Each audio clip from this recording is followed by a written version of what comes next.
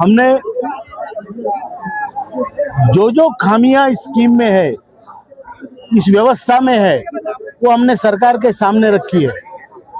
मैं आपको बता दूं, हम लोग मिलके जो लड़ाई कर रहे हैं ये ऐतिहासिक लड़ाई है। इतनी बड़ी लड़ाई इतने वृद्ध लोगों की, अशक्त लोगों की भारत में इतनी बड़े तौर पे कभी नहीं हुई।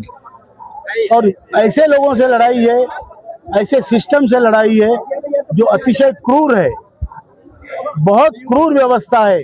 उस व्यवस्था के साथ आज हम अपाहिज लोग, दलित लोग, महावंचित लोग हैं। हम जाति से कोई दलित नहीं होता, दलित ये अर्थव्यवस्था हमें करती है।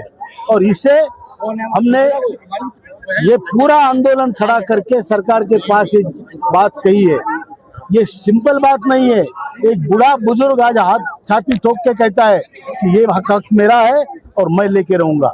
लगातार आप 3 दिन से यहाँ पर जलकर धरना दे रहे थे। अब आपने ये कहा था कि आज में तीसरे दिन को हमारी सरकार अगर मांगे नहीं तो उसके बाद हम कुछ अलग करने वाले। तो जो आपने आगे की रणनीति क्या है? आगे की रणनीति ये है कि सरकार को हमने 2 अप्रैल जब तक सेशन चलेगा तब तक का समय दिया है, और 2 अप्रैल तक अगर हमारा काम नहीं होता है तो फिर हम रास्ता रोकेंगे, जेल भरो आंदोलन करेंगे, रेल रोको आंदोलन करेंगे। ये तो आप पहले से भी लगातार हर बार कहते आ रहे हैं और हमेशा आप कहते हैं कि सरकार का आश्वासन मिला और इस बार भी आश्वासन लेकर ही खाली जा रहे हैं। तो क्या करे, कॉलर पकड़े सरकार की कि बूढ़ों को मार दे। अगर मैं आज कहूँ आत्महत्या कर दो तो 1000 लोग करेंगे, बराबर है? ये नहीं कर सकते, जिम्मेदार है हम नेतागिरी चमकाने के लिए नहीं है, हम इनकी सेवा करने के लिए है। अभी सरकार का कोई आश्वासन आया है? 5 तारीख को श्रम मंत्री ने हमें बुलाया, इस 5 तारीख को, और श्रम मंत्री ने बुला के ये कहा है कि आपका काम आखिरी छोर में है, मैं आपका प्रस्ताव कैबिनेट में रख रहा हूं, that is the last step. अगर उनमें अब उन्होंने कितना सच कितना झूठ ऐसा तो हम नहीं कह सकते। हमारे पास कोई ऐसा रिटर्न भी दिया उन्होंने, पिछली बार 17 अक्टूबर को उन्होंने रिटर्न दिया है कि आपके काम में हम लगे कर रहे हैं। एक एक स्टेप आगे बढ़ता है। आप बोलेंगे अब भी चाहिए, नहीं होता है, नहीं होता है। ये सिस्टम है, इसका जड़त्व तो आप जानो। आपको मुट्ठी भर अंग्रेजों को भगाने में सदियों लगे, 100 साल लगा सकता है। शांति। मुट्ठी भर अंग्रेजों को भगाने में आपको सदियों लगे। और ये जो लोग हैं ये बूढ़े लोग हैं, इनको मैं वोट नहीं मांग रहा हूँ, इनको पैसे नहीं मांग रहा हूँ, ये हम सब लोग मिलकर इनको सिर्फ हिम्मत और साथ मांग रहा हूँ। और ये सब लेके हम सरकार के दरबार में गए हैं, सरकार को झंझोर के रख दिया है। आपने कहा कि समय लगता है, जो जिस उम्र के पड़ाव पर ये लोग हैं, जिस विकसित अवस्था में ये लोग हैं, कब तक आखिर इन्हें संघर्ष करना पड़ेगा? मैं तो चाहता हूं कि आज ये संघर्ष खत्म हो।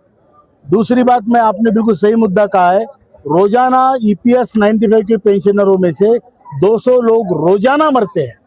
ये सरकार को बताया हमने, लेकिन आप मुझे बताओ, मांगने वाला दे नहीं सकता, मांगने वाला सिर्फ मांग सकता है। अब उसके तरीके क्या है डेमोक्रेसी में? एक तो आंदोलन करो, जो हमारे रिप्रेजेंटेटिव वहां पे MPs उनको पकड़ो। भारत के सभी पक्षों के सभी MPs का समर्थन पत्र हमारे पास है, तकरीबन 300 MP के समर्थन पत्र है। अब ये क्या है, ये गंदगी जो है, ये पहले मजदूर संगठनों ने कुछ नहीं किया, इसलिए बूढ़े लोगों को इस बुढ़ापे में ये करना पड़ रहा है। आप देखो, इंटक है, BMS है, बड़े बड़े संगठन है, HMS है, उन्होंने क्यों मुद्दे नहीं उठाए? पहले कम्युनिस्ट है, किसी ने नहीं उठाए, इसलिए हमने सामाजिक संगठन बनाकर ये मुद्दा उठाया है। चलिए, आज तीसरा दिन है, आज आप वापस जा रहे हैं, लेकिन जाते जाते सरकार को क्या चेताना चाहेंगे, क्या कहना चाहेंगे?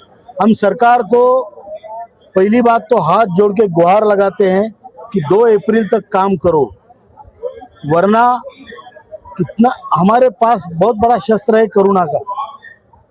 करुणा बहुत बड़ा शस्त्र होता है, और वो शस्त्र ऐसा है कि अगर हम आत्महत्या कर ले तो फिर सरकार क्या करेगी? उनकी साख बिगड़ेगी। ऐसा मत समझना हम कमजोर है, लेकिन हम संयम रख रहे हैं। धीरज रख रहे हैं और विश्वास रख रहे हैं। जो बोल रहे हैं मंत्री हो, प्रधानमंत्री, उनके ऊपर हमारा विश्वास रख रहे हैं। अगर वो विश्वास उन्होंने तोड़ दिया तो फिर भयंकर होगा। जो कुछ वृद्ध व्यक्ति है जो आपके साथ है, जो आपके समर्थन में है और अभी तक इस जंग में डटे हुए हैं, जबकि स्वास्थ्य उनका साथ नहीं देता, ऐसे लोगों को क्या कहना चाहिए? ऐसे लोगों को मैं ये कहना चाहूंगा कि संघर्षी जीवन है। जो खुद का स्वभाव होता है, ये जो लोग आए सब संघर्ष के साथी है और ये करना चाहते हैं कुछ समाज के लिए।